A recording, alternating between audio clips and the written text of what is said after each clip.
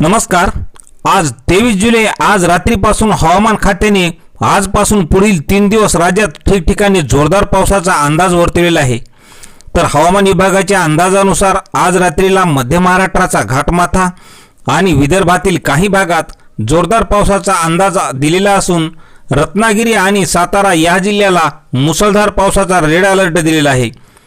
तर कोकणमधील सिंधुदुर्ग, रायगड, कोल्हापूर, पुणे या जिल्ह्यात काही ठिकाणी जोरदार ते मुसळधार पावसाचा ऑरेंज अलर्ट दिलेला असून विदर्भातील सर्वच जिल्ह्यामध्ये चंद्रपूर, यवतमाळ, नागपूर, भंडारा, गोंदिया आणि गडचिरोली या सर्व जिल्ह्यामध्ये जोरदार ते काही ठिकाणी मध्यम पावसाचा येलो अलर्ट हवामान खात्याने दिलेला असून नाशिक, धुळे आणि नंदुरबार या जिल्ह्यातही ठिकठिकाणी मध्यम पावसाचा इशारा देण्यात आलेला आहे।